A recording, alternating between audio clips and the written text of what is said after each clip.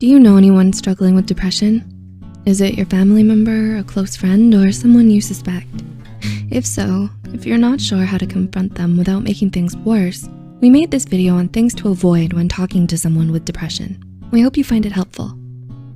Sometimes a well-intended remark can be misconceived as something hurtful or ignorant, so it's very important that you know how to be careful with your words.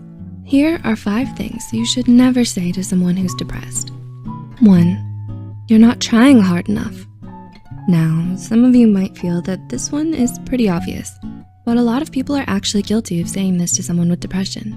Telling them things like, you need to work harder at getting better, or it's because you're not doing this or that enough, discourages them and makes them feel as if you don't understand how hard it actually is to be depressed. You may believe that happiness is a choice, but depression is definitely not. Sometimes it's because of things that are out of a person's control, like their genetics, traumatic experiences, or the chemical imbalances in their brain. So be sure not to make them feel as if you blame them for any of it. 2. It's all in your head. This is another common mistake a lot of people make when they try to confront someone with depression. Though we might not see it, mental illness is just as real and serious as any physical illness. Sometimes even more so, because of all the stigma surrounding it.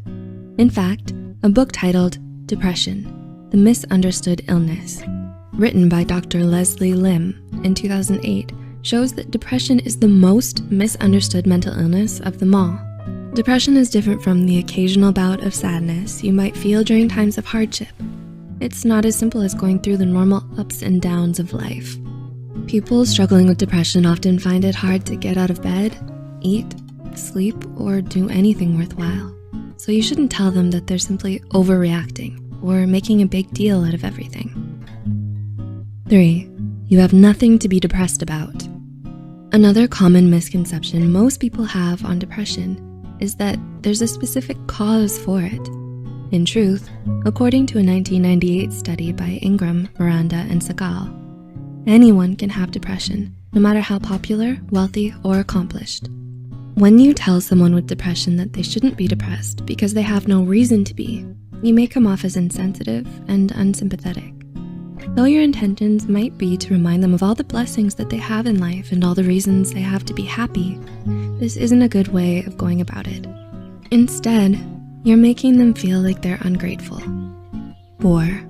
You seem fine to me. You don't seem depressed to me, or you look okay to me, may sound like a compliment to you. But to someone who's depressed, it may seem as if you're invalidating their feelings and struggles. Saying this will make the person feel bad for confiding in you in the first place. It can erode their trust in you and make them more guarded instead of more open with you. And number 5, I know how you feel. When you say this, you're most likely trying to convey sympathy and understanding. However, to people who are depressed, it may feel disingenuous or offensive. Unless you've ever been diagnosed with clinical depression by a licensed professional, you don't actually know how the other person feels or what they're going through. Don't offer them advice that trivializes their struggles.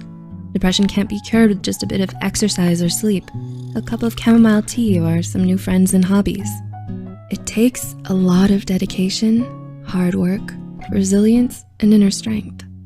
If you have someone in your life who's depressed and you want to be there for them, offer them a hug or a shoulder to cry on. Help them see that there is hope and that things can get better. Let them know you care about them and that they're not alone in this.